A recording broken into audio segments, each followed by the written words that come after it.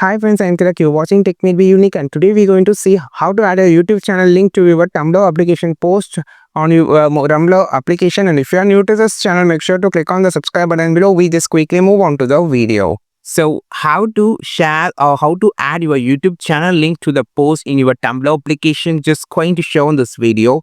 For that, first of all, just go inside my channel first.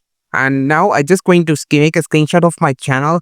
Then I just going to come back here. So if you're just posting anything, any tech related or any post, you just can add your URL of your channel. So just going to click on the edit symbol. Now you just need to click on the you can see this is the link tab. So you can just add more link tab. So I'm just going to add my URL of my YouTube channel. I just going to copy first that. So click on the three dot option, click on the share option, just copy the link and then just come back here and just going to paste the link here and click on the post option.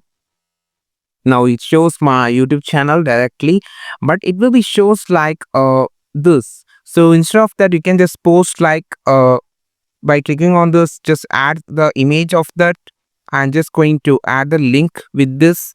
So it will be clear that it's my YouTube channel. I just mentioning about my YouTube channel post like that.